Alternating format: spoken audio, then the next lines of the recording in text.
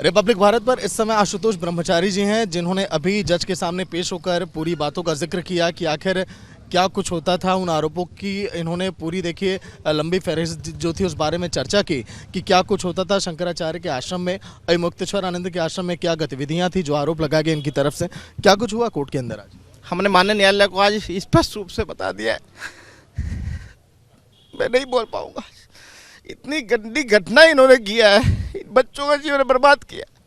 माननीय न्यायालय ने हमारी सारी बात सुनी है और हमने बस एक ही निवेदन किया है कि अब आपके अलावा हमारा कोई भगवान नहीं है, आप हमारे न्यायमूर्ति हैं। हमारा मुकदमा दर्ज कराकर इन बालकों का जीवन बचाएं। ये लोग हत्या भी करा रहे हैं, हमारी पूरी योजना बना रहे हैं और माननीय न्यायालय ने हमारी बात सुनी और फैसला सुरक्षित रख लिया। सारी घटना माननीय न्यायालय ने बच्चों से और हमसे पूछा और हमें पुलिस रिपोर्ट में पुष्टि हो गई है। जो कमिश्नर साहब से जांच के आदेश हुए थे उसमें संपूर्ण तथ्य सामने आ गए हैं कि इन्होंने वहाँ कुकर्म करते थे, आश्रमों में करते थे। इतना ही नहीं, माँ गंगा की गोद में इन्होंने इतना गंदा काम किया छोटे छोटे बच्चों से।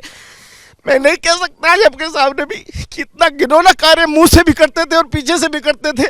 इतने गंदे लोग संत नहीं हो सकते, इनको जेल में लाना चाहिए। माननीय न्यायालय ने हमारी बात सुनकर फैसला रिजर्व किया है। आज क्या उम्मीद है अगली कोई तारीख या फिर क्या फैसला है? कोई तारीख नहीं लगेगी। माननीय न्यायालय ने हमारी बात सुनी और माननीय न्यायालय ने, मैंने रूलिंग भी बताई, ललिता कुमारी माननीय सुप्रीम कोर्ट साफ साफ कहता है कि धनंजय अपराध इतना बड़ा घोर अपराध होता है तो पुलिस सबसे पहले मुकदमा दर्ज करती है।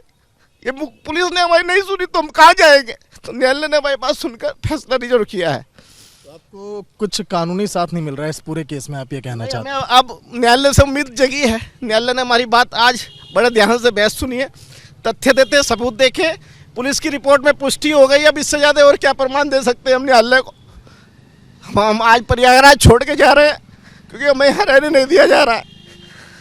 जज साहब ने ये भी कहा सुनवाई के दौरान कि क्या ये आपका अधिकार क्षेत्र है इस बारे में बोलना, ये याचिका दायर करना, अपनी बातों को रखना, कहाँ तक है? हमने न्यायालय को संतुष्ट किया है कि एक गुरु परंपरा से अब हमारे शिष्य हो गए हैं।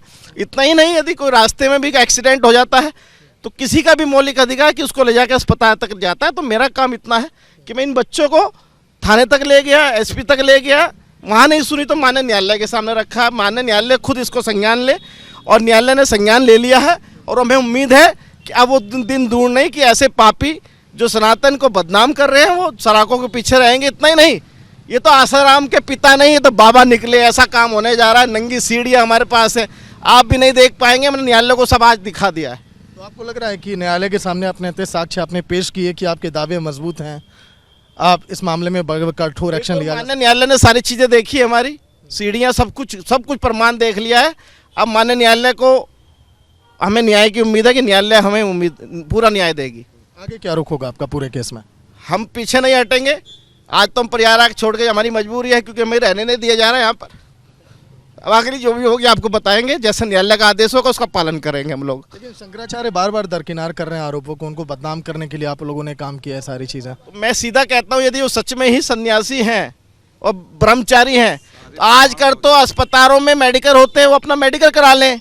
अब मुकुंद नंदन का करा ले, दोनों तरफ का पता चल जाएगा, दूध का दूध पानी का पानी। और जब सीढ़ी हैं, इतनी गंदे सीन उसमें हो रहे हैं, इससे ज़्यादा और क्या प्रमाण हो सकता है? तो आशुतोष ब्रह्मचारी को आपने सुना, जिन्होंने आरोप लगाए हैं मुक्तेश्वर आनंद पर इस बात को लेकर कि उनके आश्रम के अंदर अवैध गतिविधियां होती थी नाबालिग बच्चों के साथ, और इन्होंने कहा कि हमारे साक्ष्य मजबूत हैं, हमें न्याय ज़रूर मिलेगा। विजय उमेश के साथ सागर मिश्रा, रिपब्लिक भारत, प्रयागराज।